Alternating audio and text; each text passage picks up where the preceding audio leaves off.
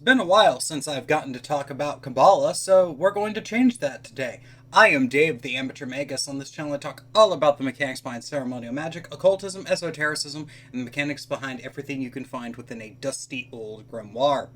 If you like what I do here and you want to support the channel, link in the description to the Patreon, where you can support the channel and get exclusive access to perks such as videos early, Patreon exclusive videos, and the Occultic Manual series, which is a monthly write-up about a particular topic that I aim at being more advanced than what I have here on the channel, but less advanced than what you will find in a dusty old grimoire that I like to talk about on the channel.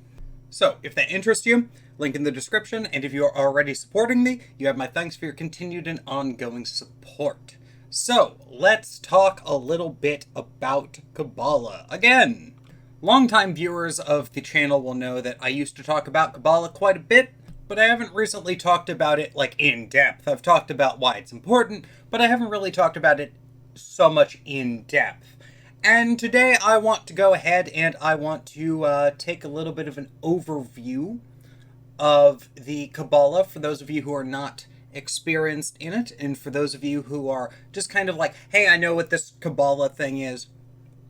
So this is kind of going to be a grand overview. Now, I want to just make a quick disclaimer. I usually paint in broad strokes. I'm very sure that I will be painting in even broader strokes. If I usually paint with a paint roller, I will be painting with a spray can this time. So, with that being said, highly recommend the Mystical Qabbalah by Dion Fortune. If you can get over some of the old-timey Victorian England isms in it, you will be totally fine, and this is the book that I usually go to reference learning about Hermetic Qabbalah.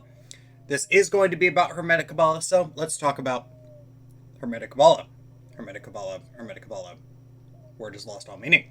Anyways, there are 10 spheres, technically 11, 10 spheres in Qabbalah. They are Kether, Chokmah, Binah, Hesed, Gibburah, Tiphereth, Netzach, Hod, Yesod, and Malkuth. And each of these is going to have a different energy associated with it. And the way this works is that they all emanate outside of, out of the top, and they come down. So, Kether emanates Chokmah, Chokmah emanates Binah, and then the rest of them go down to emanating into Malkuth. Now, by this logic, Kether has all of experience and everything in it, and then when you go to Chokmah, you are slowly but surely losing stuff. And we can think about this in kind of a jumping the gun a little bit. Malkuth is the physical realm. It is where all of the physical bodies are and all of that stuff. But above that, you have Yesod, which is the realm of imagination. More things can happen in the realm of dreams and imagination than can physically happen on the physical plane. And if they do happen on the physical plane, usually they end up having some kind of restrictions to them, as is the nature of the physical plane. This continues on through all of the spheres. Beginning with Kether and going down to Chokmah, Kether is said to be the highest point on the tree, and it is said to be God itself in its closest to fully manifest form.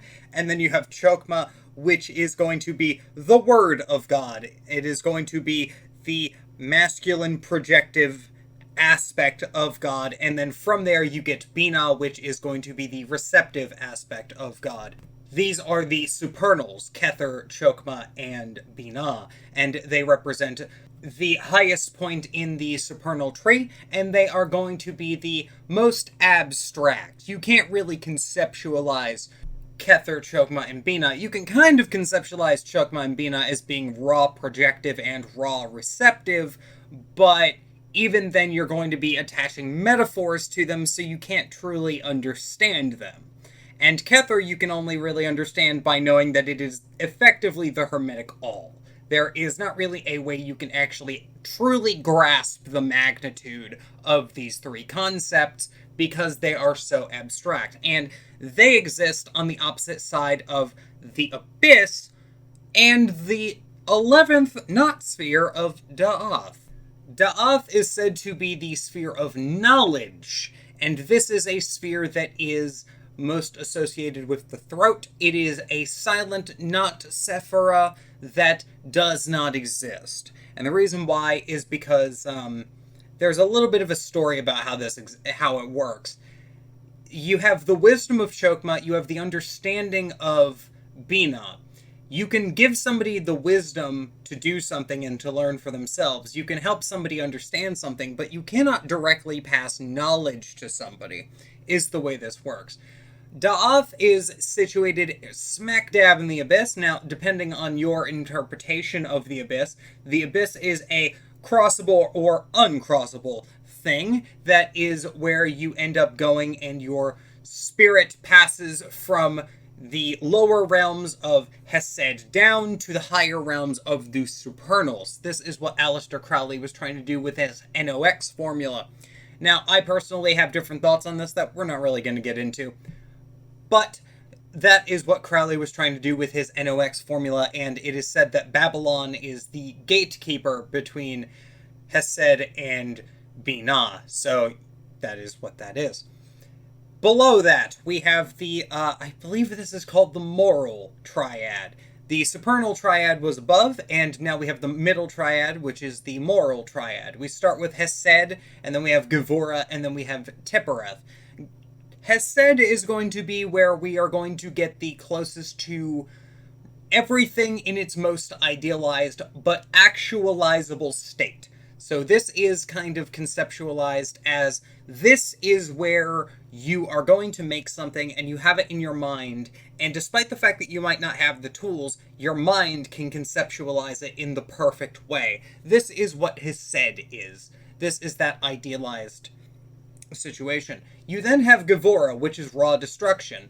If Hesed is the one who wants to make the statue, Gevurah is the thing that removes all of the excess material. This is why Gevurah is a force sphere, and Hesed is a form sphere. Now, the different spheres on the Tree of Life are going to have different attributions to them. There is either force or form. Now, if you are on the Pillar of Mercy, which is going to be Chokmah, Hesed, and Netzach, you are going to be on the Pillar of Mercy. There is going to be a lot more emphasis on force. And if you are on the Pillar of Severity, this is going to be Binah, Gevurah, and Hod. There's going to be a lot more of an emphasis on form. This is despite the fact that the middle of these is going to be the opposite. So Gevurah is going to be a force despite being on the Pillar of Severity and form, and Hesed is going to be a form sphere despite the fact that it is on the Pillar of Force. It just alternates going 1, 2, 1. That's what it's doing.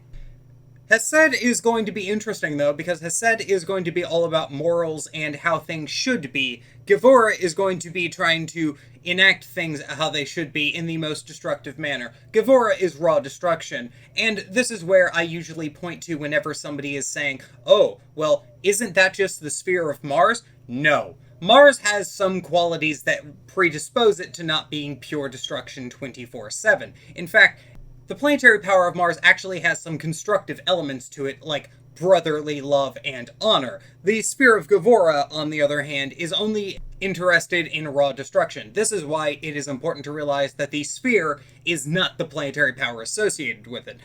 The sphere of Binah is typically associated with Saturn. The sphere of Hesed is typically associated with Jupiter, and it goes down the list. But they are not the planets that they are associated with. The planets that they are associated with are the lowest versions of those particular spheres. So the lowest octave of Binah in this case would be the planetary powers of Saturn, which is why I wanted to address it here. The third in the moral triad is going to be the sphere of Tiphereth. This is where we get the sphere of consciousness as we would understand it, and the authentic self. This is where we have the ability to express everything in its positive, Hesed, and negative, Gevurah, forms, and they have culminated in the creation of our second of the middle path. This is going to be Tiphereth, and Tiphereth is associated with healing, unity, redemption, and kind of higher aspirations. This is where you are no longer going through and you are no longer trying to get all of the mundane things for the sake of mundane pleasures. You are going through and you are trying to do things for the sake of higher spiritual ambitions. Below Tippereth, we get the final and usually called the magical triad. This is going to be Netzach, Hod, and Yesod. Now, Netzach, Hod, and Yesod are going to be a lot simpler than the higher grandiose spheres, because Netzach is the sphere of passion and kind of human emotions in a weird way, and Hod is going to be the sphere of intellect and kind of language as we would understand it. The process of this is taking your emotions and breaking them down into words that you can actually say to another person instead of just kind of screaming at them in raw emotional, like, that kind of thing. That's what Netzach would communicate in, or like raw emotion, and Hod is like, I'm feeling very upset. This is very upsetting to me. I don't like this. Hod emanates down into Yesod. Yesod is the astral plane. Yesod is, of all of the spheres, the one that a lot of occultists are going to focus on, secondary to the final sphere, which we'll talk about in a minute. But Yesod is where all of the dreams and imagination, and it is the realm of the astral plane. This is where all of the magic that is well done is done. You do your magic in the astral plane, and then it manifests into Malkuth, and then pop, you end up having a manifestation. Or you end up scrying things in Yesod, and then you end up conversing with them. That kind of thing. Now, when it comes to Yesod, a lot of occultism is going to be focused around Yesod, just because this is the realm of the astral. This is where we scry. This is where we, dream. This is where we astral project to. This is where we're going to be able to go and do all the higher things we want to do with all of our fancy occult powers. It's also the realm of escapism, so don't do any of those unless you have an actually good reason. The final sphere is going to emanate out of Yesod, and that is going to be the sphere of Malkuth. This is the sphere of completion. This is the physical realm. This is where your body is as you listen to this video, as I talk into this microphone, and then the physical sound waves then go into your ears through whatever speaker device you are using. Yeah, this is where all of that happens. Now, this does also include a little bit of the paranormal aspects of the physical realm, so this is going to be the physical realm and a little bit of the stuff is happening that is out of the ordinary, like my car keys are gone for no reason, that kind of thing. That kind of like weird trickstery stuff. That stuff is also assigned to the physical realm of Malkuth, and that is kind of sort of the tree of life. Yeah, there's not really much to talk about with Malkuth because you kind of experience it every day. Most people experience Malkuth more than any other sphere, and as you go up the tree, you're going to learn more about the rest of the world. Now, it's important to realize that the tree of life is not about consciousness. That is a misunderstanding. The tree of life is about how creation exists. So this is the process of creation. It becomes more and more refined until we get the final result that is the physical realm.